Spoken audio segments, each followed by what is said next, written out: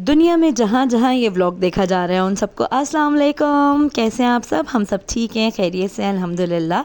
और उम्मीद है कि आप सब भी अपने घरों में ठीक होंगे, खैर खैरियत से होंगे इंशाअल्लाह ताला। गर्मी का मौसम है तो दिल चाहता है हल्के फुल्के खाने खाओ। तो आज मैंने जो है ना वो खट्टी दाल बनाई थी कैरी दाल के, वरना तो मोस्टली हम लोग लेमन और इमली दाल के बनाते हैं। और यहाँ पर मैं मटन के कोफ्ते बना रही थी। बहुत दिनों से अहमद बोल रहे थे मुझे कि जो है ना वो मटन के कोफ्ते बनाना और अम्मी को भी खिलाने की कोशिश करेंगे, क्या पता अम्मी थोड़े से खा लें। और मिर्ची जो है ना वो थोड़ी कम रखना ताकि अम्मी शौक़ से खाएं। लेकिन जो है वो अम्मी ने सिर्फ चखा था, खाया नहीं था। और अहमद ने शौक़ से खाया, बच्चों ने भी शौक़ से खाया। और इन सब की रेसिपीज़ मैं इसलिए नहीं बता रही क्योंकि आज मैं बहुत जल्दी में हूँ। आज जो है ना हम लोगों ने जाना था बाज़ार। और वहाँ क्यों जाना था, हमने स्कूल बैग्स लेने जाने थे बच्चों के, और मरियम मार्केट, और हम लोगों ने जाना था गुल प्लाज़ा। सैफुल्ला जो हमारे सबसे छोटे साहबजादे हैं उनके लिए हम लोगों ने साइकिल ख़रीदने के लिए जाना था। तो बस फिर मैंने जल्दी जल्दी मटन के कोफ्ते बनाए, खट्टी दाल बनाई, वाइट राइस बनाए और फ़ालसे का शरबत बनाया। लास्ट ईयर भी मैंने फ़ालसे का शरबत बनाया था, इस दफ़ा मैं टोटली डिफरेंट रेसिपी से बना रही हूँ। तो देखिए कैसे बनाया मैंने। फ़ालसे ले लिए मैंने, उसको अच्छी तरह वॉश कर लिया, फिर उसमें पानी डाल दिया और उसके साथ ही उसके अंदर मैंने गुड़ डाल दिए। ठीक है, शक्कर नहीं डाली, मैंने गुड़ डाला। और फ़ालसों को और गुड़ को और पानी को, इन सबको एक साथ जो है ना मैं चूल्हे पे पकाने वाली हूँ। बिल्कुल वो परेशान मत होइएगा कि ये क्या बात हुई भाई कि ये कौन पकाता है फ़ालसे का शरबत। बिल्कुल इस तरह से आप एक दफ़ा मेरे कहने पर ट्राई कीजिएगा, बहुत ही मज़ेदार शरबत बनेगा। बिल्कुल भी कच्चापन नहीं होगा, गला नहीं आएगा आप लोगों का, क्योंकि बिल्कुल पका हुआ होगा। सिर्फ एक डिफरेंस ये होगा कि दूसरी तरह से जो हम लोग शरबत बनाते हैं, जो सब कुछ डाल के ब्लेंड कर लेते हैं, उसका कलर डिफरेंट होता है और इसका कलर जो है ना थोड़ा सा लाइट हो जाएगा। उससे फ़ालसे ही कलर नहीं होगा, थोड़ा सा उसमें लाइट हो जाएगा, लेकिन टेस्ट में बिल्कुल भी फ़र्क नहीं होगा और टेस्ट बहुत मज़े का होगा। और गुड़ डाल के ही बनाइएगा। बस यहाँ पे पानी में जो है वो बॉयल आ गया था, जो गुड़ था वो मेल्ट हो गया था अच्छी तरह से। गोश्त तो है नहीं कि हमने इतनी देर तक उसको गलाना है या पकाना है, बस गुड़ को अच्छी तरह से हमने मेल्ट कर लिया इसके अंदर और फ़ालसे पक गए, पानी भी बॉयल आ गया। इस पॉइंट पर जो है ना अच्छी तरह से जब मिक्स हो गया तो हमने जो है वो चूल्हा बंद कर दिया और इसको रूम टेम्परेचर पे आने दिया। उसके बाद जो है ना हम लोगों ने थोड़ा सा इसके अंदर चमचा वगैरह चलाया ताकि इसकी हीट जो है वो सब बाहर आ जाए, बाहर निकल जाए। जब ये ठंडा हो जाएगा तो फिर हम इसके अंदर इसको अच्छी तरह से ब्लेंड कर लेंगे और ब्लेंड करने के बाद फिर जो छन्नी होती है उसके अंदर हम छान देंगे। ऊपर से थोड़ा थोड़ा पानी डालते रहेंगे और अच्छी तरह से छान लेंगे ताकि इसकी जो बीज है, सीड्स जो हैं वो निकल जाएं, अलग हो जाए और जूस जो है ना वो अलग हो जाए। एक दफ़ा ज़रूर इस तरह से आप लोग बनाइएगा, आप लोगों को भी बहुत मज़ेदार लगेगा, बहुत अच्छा लगेगा ये। और जब ये पूरा अच्छी तरह चिल ठंडा हो जाए ना, उस पॉइंट पर आप लोग इसके अंदर थोड़ा सा काला नमक डालना चाहें तो डाल लीजिएगा। कुछ लोग तो चाट मसाला भी डाल के पीते हैं उसको, लेकिन जितना ओरिजिनल आप इसको पिएँ तो उतना ज़्यादा अच्छा है। और गर्मियों में ये बहुत अच्छा रहता है। वैसे भी इसके बहुत ज़्यादा फ़ायदे हैं फ़ालसे के जो है ना, तो गर्मियों में इसको ज़रूर यूज़ करना चाहिए, पीना चाहिए इसका शरबत बना के, और वैसे भी खाना चाहिए। और बस फिर मैंने खूब सारी बर्फ़ डाली, इसको अच्छी तरह चिल कर लिया और इसको सर्व किया और बहुत मज़े का लगा और अहमद को भी बहुत पसंद आया था। अहमद को बहुत शौक़ है पीने का, और गर्मियाँ आती हैं तो अहमद बोलते हैं बच्चों को जो है ना कैरी का शरबत और फ़ालसे का शरबत ठीक ठाक पिलाओ। और थोड़ी मेहनत लगती है इसको, इसकी सीड्स अलग करने में। कुछ लोग कपड़े में डाल के भी मल के निचोड़ लेते हैं और पानी डालते रहते हैं, लेकिन आसान तरीका ये भी होता है कि आप छन्नी में डाल के और उसको छान लो। बस उसको फिर जो है ना फ़ालसे के शरबत को हमने बॉटल में भरा।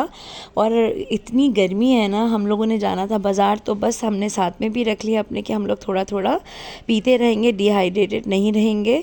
और हम आ गए थे, सबसे पहले हम आए थे गुल प्लाज़ा आए थे। हम लोगों को सैफ़ू के लिए साइकिल लेना था जब उसका रिज़ल्ट निकला था सैफुल्ला का, और माशाल्लाह से वो नेक्स्ट क्लास में आ गए थे, तो तब हमने उनसे प्रॉमिस किया था कि आपको हम साइकिल लेके देंगे, लेकिन हम लोगों को टाइम बिल्कुल भी नहीं मिल पा रहा था, बहुत ही बिज़ी स्केड्यूल चल रहा था अहमद का। तो आज जो है ना अहमद ने बोला कि अब कैसे भी जो है ना वो छुट्टी का दिन है, तो सैफुल्लाह की साइकिल लेने के लिए चलते हैं। तो हम लोगों को बेस्ट जगह जो लगती है ख़रीदारी की बच्चों के हवालों से, तो वो लगती है गुल प्लाज़ा, क्योंकि यहाँ पे सारा ही जो है यहाँ पे इम्पोर्टेड स्टफ़ होता है और बहुत मज़बूत और पायदार होता है। और ये स्केट बोर्ड्स थे, पूरी बच्चों की ही शॉप है। मैंने बताया था आप लोगों को जब मैंने गुल प्लाज़ा का व्लॉग बनाया था कि 3rd फ्लोर पर सारे ही बच्चों के खिलौने हो गए, बच्चों की यूज़ की चीज़ें हो गई, सब कुछ 3rd फ्लोर पर अवेलेबल है। स्टफ़ टॉयज़ हो गए, वैसे दूसरे वाले टॉयज़ हो गए, यहाँ पे हाई चेयर थी और वॉकर्स थे, स्टॉलर्स थे और स्केट बोर्ड्स थे और ट्राई साइकिल थी, क्योंकि सैफ़ू की एज के हिसाब से, सैफुल्लाह की एज के हिसाब से जो है वो ट्राई साइकिल आती है। और तो सैफुल्लाह 5 इयर्स के होंगे, तो उनके हिसाब से जो है ना हम लोगों ने, हमको ये टर्कोइज़ कलर बहुत पसंद आया था, यूनिक था थोड़ा कलर, तो बस मुझे और अहमद को दोनों को यही अच्छा लगा, तो हमने ये वाली साइकिल ले ली थी। और इसकी प्राइस जो थी वो थी 7,500 से उन्होंने शुरू की थी दुकान वाले ने, और हम लोग तो, मैं तो बहुत ही कम करवा रही थी, लेकिन उसने लास्ट बोला कि 6,500 की मैं दे दूँगा, उससे 1 रुपया भी कम नहीं करूँगा, फिर कहीं और से आपने लेनी है तो ले लें जाकर। तो बस फिर फाइनली 1,000 की बार्गेनिंग करवाने के बाद हम लोगों ने जो है वो 6,500 में ये साइकिल ले ली थी। और सैफुल्लाह भी बहुत खुश हुए, बहुत उनको पसंद आई। और गुल प्लाज़ा जाओ और इस तरह की शो पीसेस ना नज़र आएँ, वहाँ जाने के बाद तो इंसान को समझ नहीं आता कि क्या क्या ले और क्या क्या ना ले, बस पैसा होना चाहिए पर्स में। बस उसके बाद हम आ गए मरियम मार्केट। और मरियम मार्केट आप लोगों को पता है, वो भी मैंने एक दफ़ा व्लॉग बनाया था कि हम लोग स्कूल के बैग्स बच्चों के वहाँ से लेते हैं। ये हमने मरियम के लिए बैग लिया था, क्योंकि मरियम माशाल्लाह से अब जो है वो 7th क्लास में आ जाएंगी हमारी, तो उनके हिसाब से लिया था। क्लास के हिसाब से बैग्स आपको देखने को मिलते हैं। ये है होलसेल मार्केट, यहाँ पे कभी भी एक बैग नहीं मिलता, ठीक है, क्योंकि ये लोग रिटेलर्स को सेल करते हैं, तो एक बैग नहीं मिलता है। आपको 3 से 4 नहीं तो कम से कम 6 बैग लेने पड़ते हैं, तब वो लोग आपको देते हैं। बल्क क्वांटिटी में जो लोग ख़रीदने आते हैं उनको देते हैं। यहाँ से लेने का ये फ़ायदा होता है कि आम दुकानों के बनिस्बत यहाँ थोड़ा सस्ता मिल जाता है। जहाँ से हम लोग मरियम के स्कूल का कोर्स लेते हैं, वहाँ पे स्टार्टिंग ही 4,500, 5,000, 8,000, 10,000 के स्कूल के बैग्स हैं, जो कि हम नहीं अफोर्ड कर सकते। हमारे तो माशाल्लाह 5 बच्चे हैं, अगर एक भी बच्चा होता तब भी हम 5,000 या 4,000 का स्कूल बैग लेके नहीं दे सकते थे। और मतलब तरीक़े से चलना पड़ता है, 1 हो या 5 हो। अगर आपको कम पैसों में भी कोई चीज़ मुनासिब मिल रही है तो आपको वो ले लेना चाहिए। मेरा नहीं ख़याल कि आपको बहुत ज़्यादा महंगी की तरफ जाना चाहिए। दोनों ही बैग एक जैसा काम कर रहे हैं, दोनों की लाइफ एक जितनी है।